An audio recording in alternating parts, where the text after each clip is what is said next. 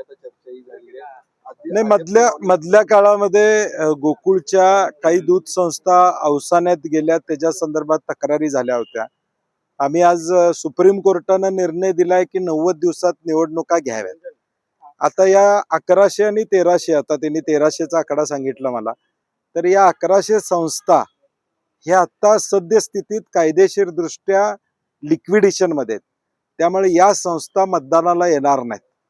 त्यामुळं आमची विनंती यांना होती की लवकरात लवकर यांचं हिअरिंग संपवा.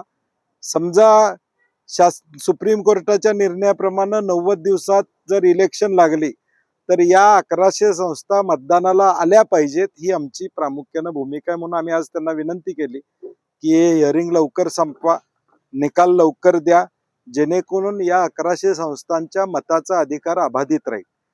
नाहीतर शासन आत्ताची कायदेशीर परिस्थिती बघितली तर या 90 दिवसाच्या प्रक्रियेमध्ये या संस्था येऊ शकत नाहीत.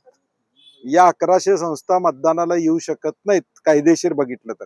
त्यामुळे आमची विनंती आहे की लवकरात लवकर हिअरिंग संपवा आणि या 1100 संस्था 100% मतदानाला येतील, एवढी आमची अपेक्षा आहे. संस्था कोणाचे ते आम्हाला त्याच्याशी घेणदेण नाही, परंतु लोकशाहीमध्ये मताचा अधिकार राहिला पाहिजे त्या संस्थेचा, ही आमची भूमिका आहे.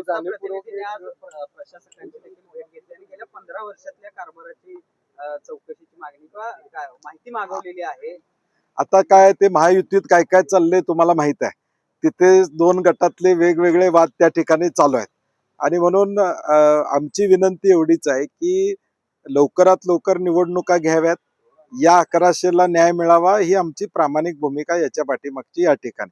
आता त्यांचा काय वाद चाललाय, आता त्यात ते एकमेकाशी वाद घाला लागलेत. त्यामुळे आता ते लोकही बघतायत, कोल्हापुरातली जनता, की काय वाद चालू आहे तो. नाही नाही नाही, तसं काही नाही आहे. आम्ही आता देखील त्यांच्याशी बोललो, त्यांनाही मर्यादा आहेत. दररोज 100 सुनावण्या घेणं, त्याचे निकाल लावणं, त्यांनाही मर्यादा त्या ठिकाणी आहेत. आणि हायकोर्टानं त्यांना 80 दिवसाचा कालावधी दिलेला आहे. अजून 70 दिवस शिल्लक आहेत त्यांच्याकडं.